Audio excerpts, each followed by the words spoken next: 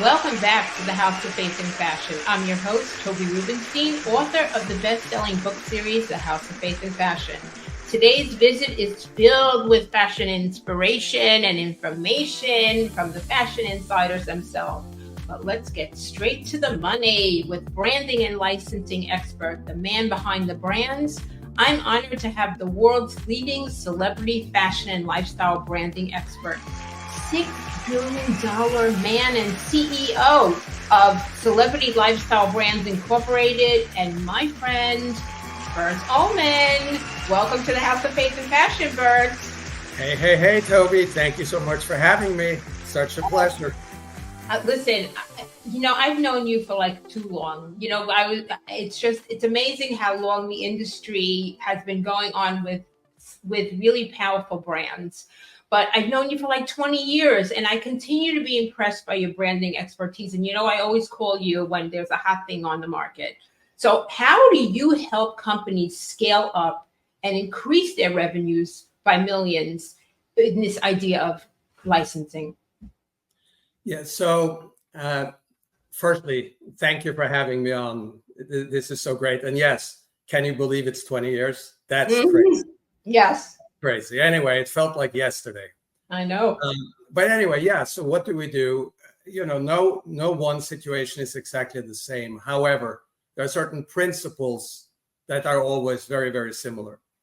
And the basic principle of licensing, which is kind of my favorite vehicle to drive growth, is really that you hone in on what you call brand equity. Brand equity is the value of your brand or your product in the mind of the consumer. So, and once you have strong brand equity, then there's certain strategies, we're not going to go in great detail, but there's certain strategies you can, apply to increase the brand equity. And that brand equity is leverageable.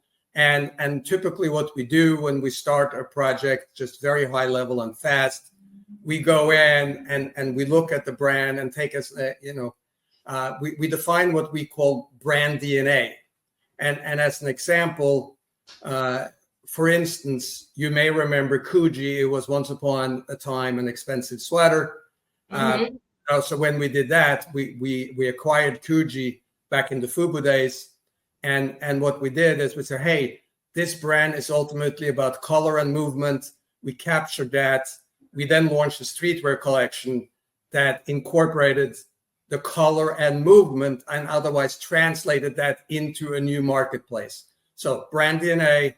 And then in order to ensure consistency in brand, because that's really one of the cornerstones of all branding, it has to be consistent across all consumer touchpoints. So we create what we call a brand book or a brand Bible.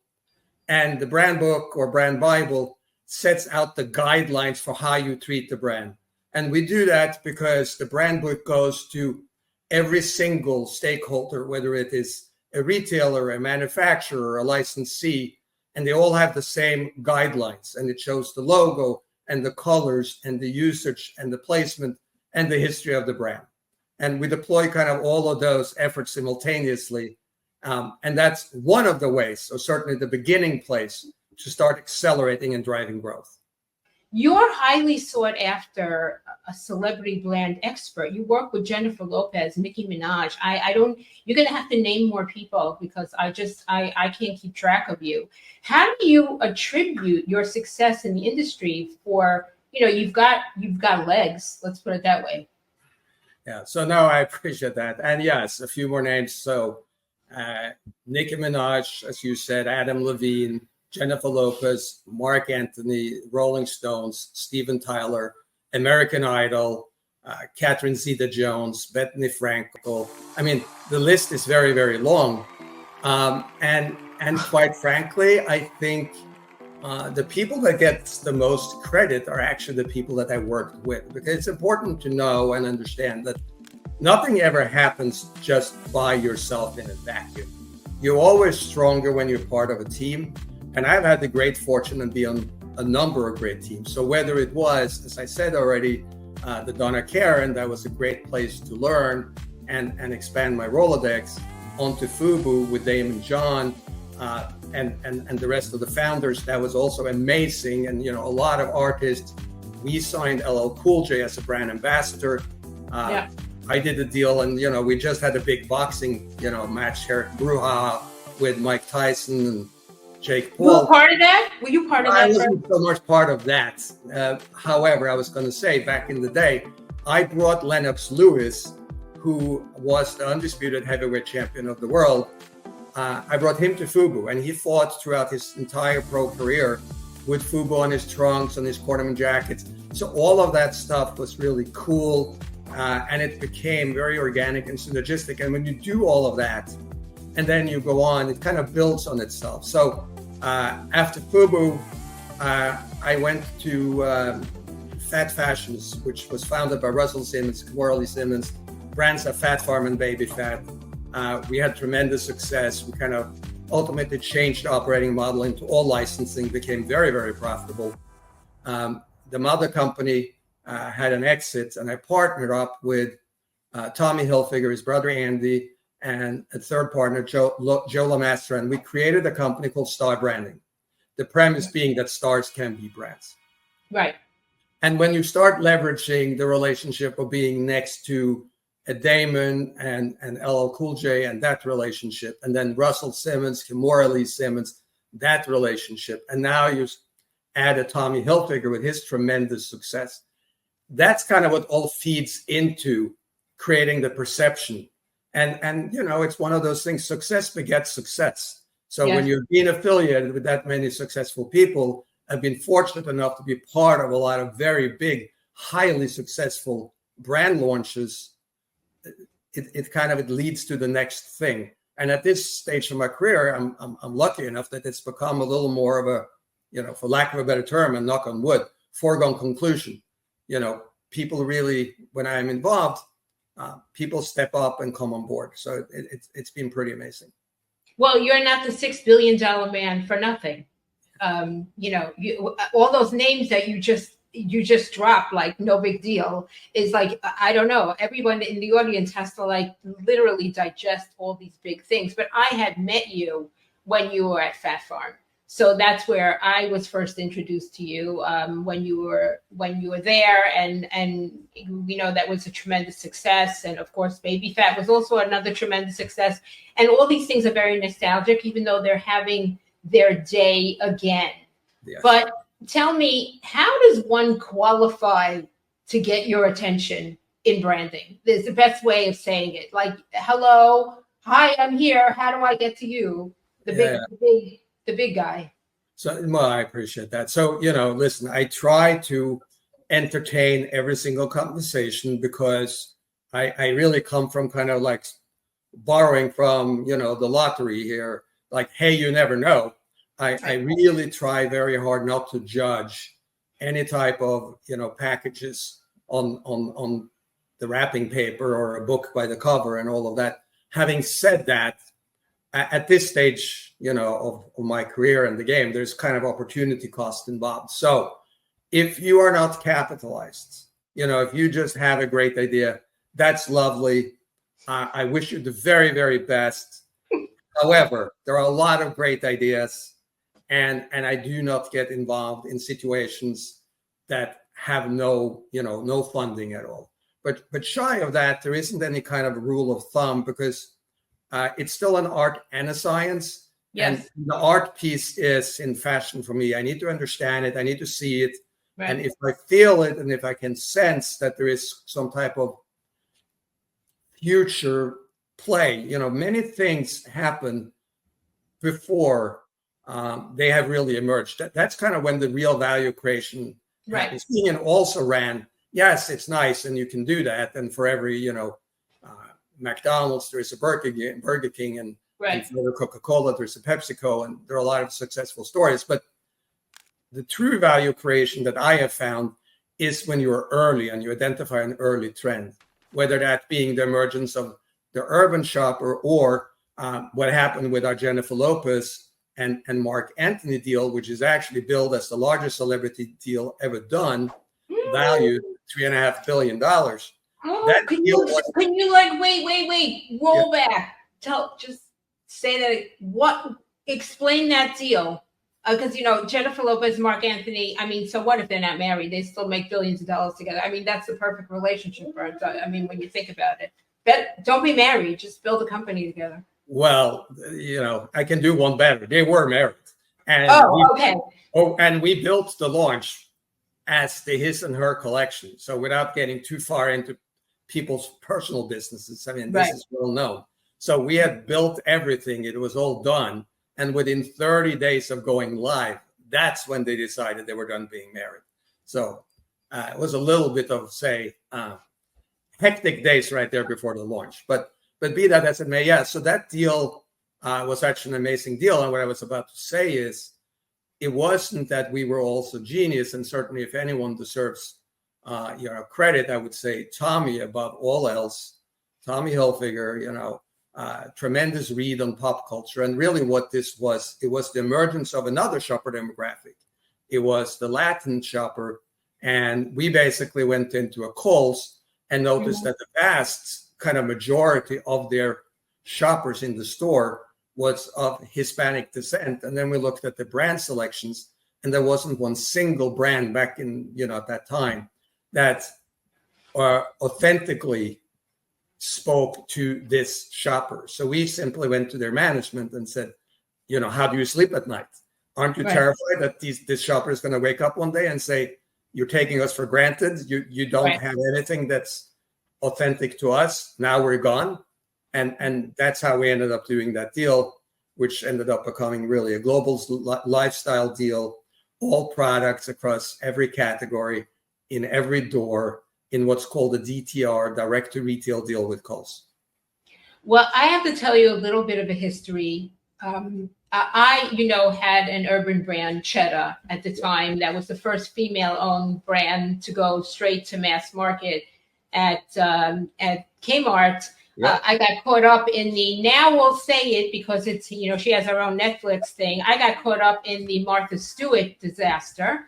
And so I was just, got in the net. My brand got in the net. But after that, our group actually pitched to your group the perfume for Jennifer Lopez, which included a commercial. The three of us got and did it. And I think that they liked it, but of course it didn't get through. But I just want to tell you, I still have my whole marketing pitch and my boards about, it was called L'Imperatrice.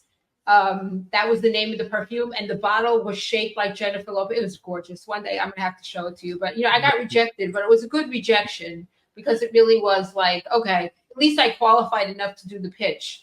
No kidding. But you're also, I just want to say, I want to thank you publicly for really being, giving me great advice for the House of Faith and Fashion. You were one of the first people that I pitched this to.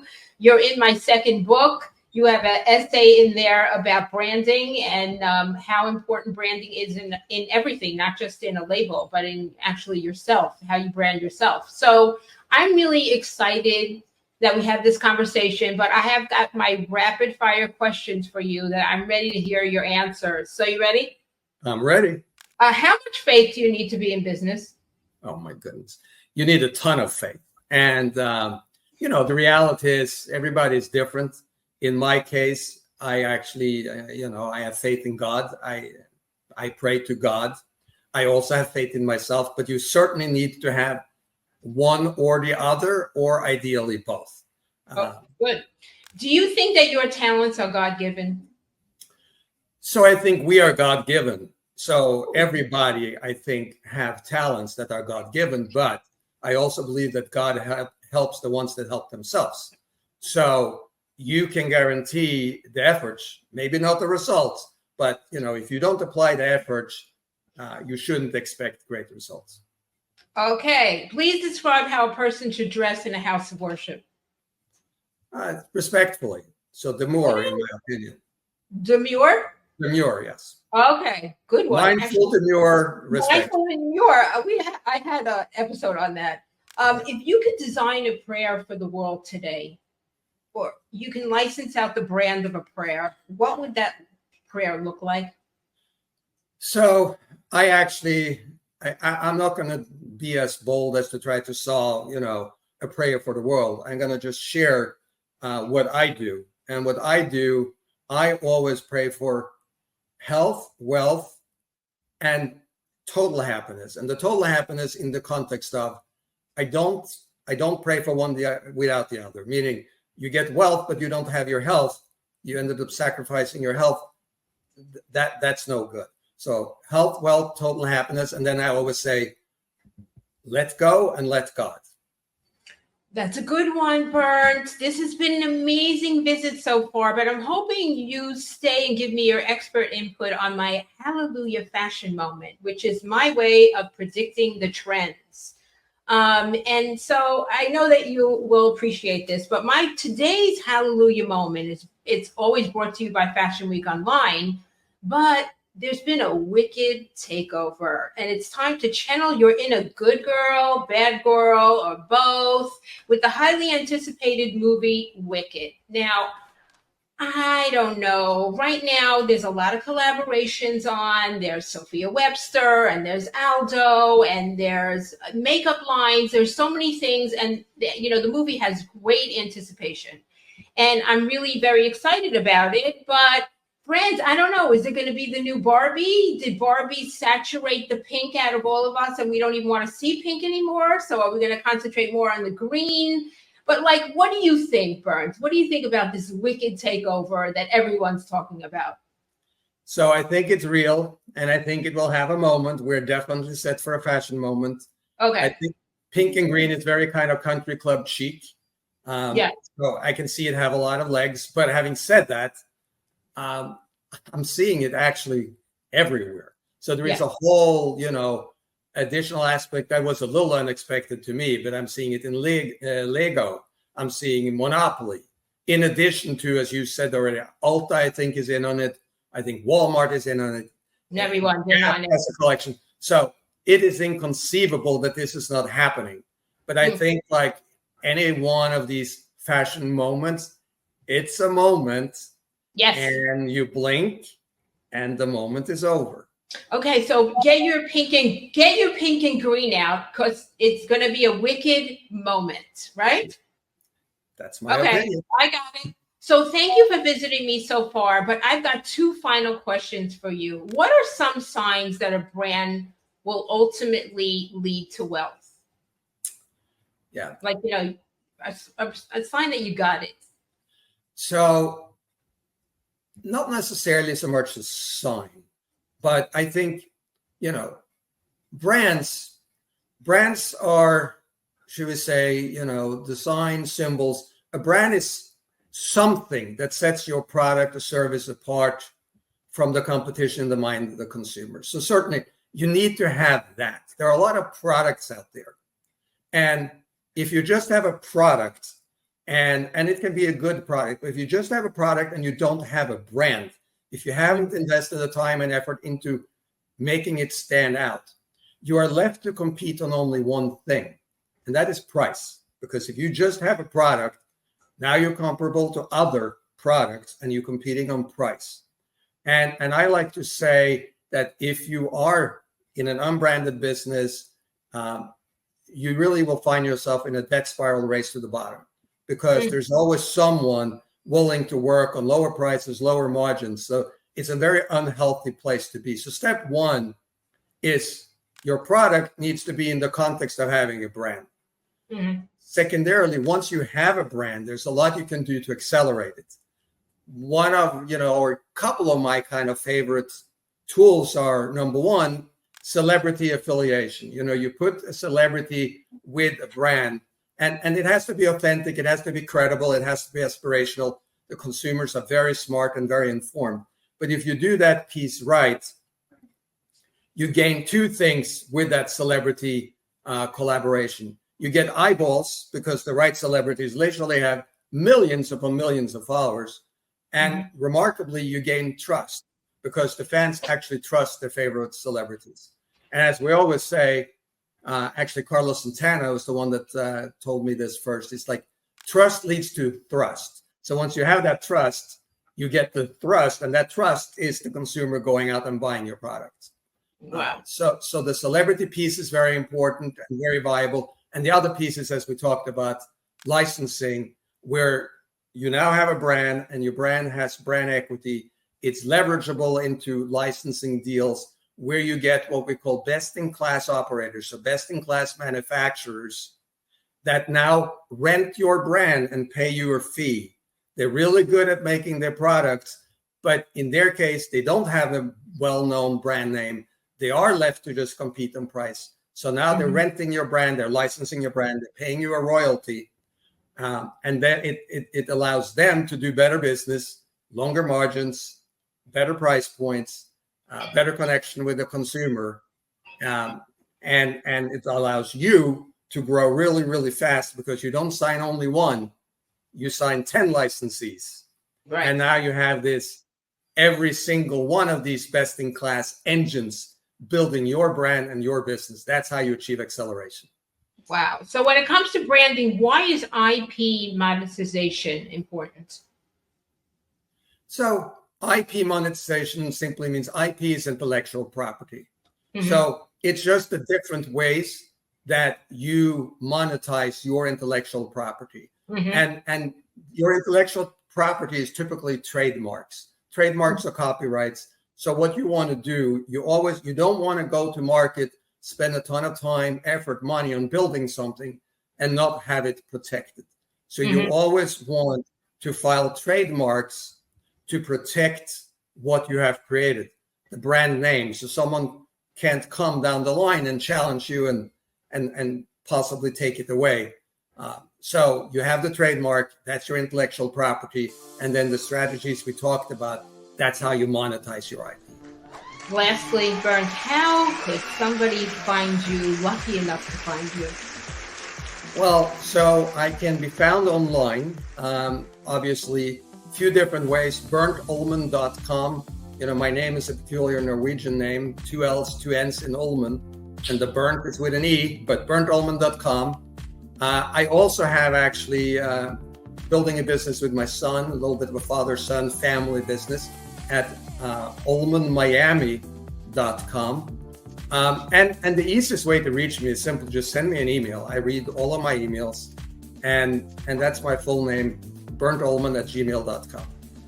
Oh, thank you so much. And I'm glad that you're building a legacy. The next generation of Ullmanns are going to take over. So if you have a brand, this is where you got to go. So Toby, how does your skin stay so fabulous on the set of The House of Faith and Fashion?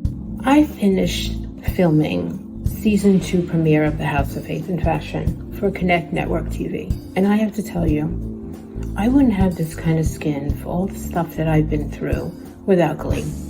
Seriously, I would not have this skin without Gleam. Thank you, Marlene. Gleam Beauty Skincare, changing lives one face at a time.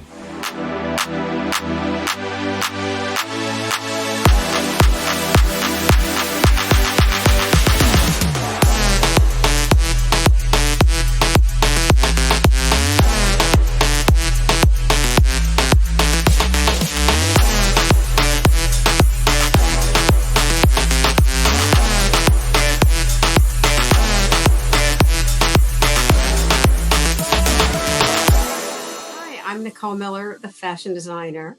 Follow me on Instagram at Nicole Miller NYC and watch the Connect Network TV. Welcome back to the House of Faith and Fashion with your host, Toby Rubenstein, author of the best-selling series, The House of Faith and Fashion. Is fashion designer Marc Jacobs taking over Vogue from under Anna Wintour, or will he be the next creative director over at Chanel? After 4 decades in the fashion industry, Marc Jacobs continues to express his creativity and staying relevant. In just all over the fashion industry, he's relatable to every generation, including the new generation. Even generations not around yet, I know that Marc Jacobs will absolutely relate. His signature long nails, which I don't have, which I should do that though, have been gaining his new customers and fans, as well as his, talk about logo, his tote bag, which still has the large logo across it. He even defies that. This month, he served as guest editor at Vogue, as requested by Anna Wintour himself. Although I could not help but notice his December 24 Vogue cover is eerily similar to an issue done in Singapore Vogue. even though the dress is his, it's the same dress and the gloves, kind of like a exaggerated Cinderella. I think this is a big fashion no-no. I wonder if this was done purposely or is just a misstep, even though Marc Jacobs doesn't seem to do anything without knowing exactly what he's doing. Marc Jacobs, who is the main designer for his own brand, Marc Jacobs, was also the creative director of Louis Vuitton at one point. He has stated he only wants one job, and he's been asked, he just can't wait to ask to be doing it. He is referring to taking over as the creative director of Chanel. And you want to know something? I think that would be a really good match. Keep in mind, Chanel currently has no creative director, so this was a bold statement from a bold man. Love him or hate him, Marc Jacobs is a creative genius who will continue to reign supreme in the fashion industry. To all my visitors out there, the show is not over yet. I still have my own fashion doctor giving us the Fashion RX and checking in from St. Thomas University.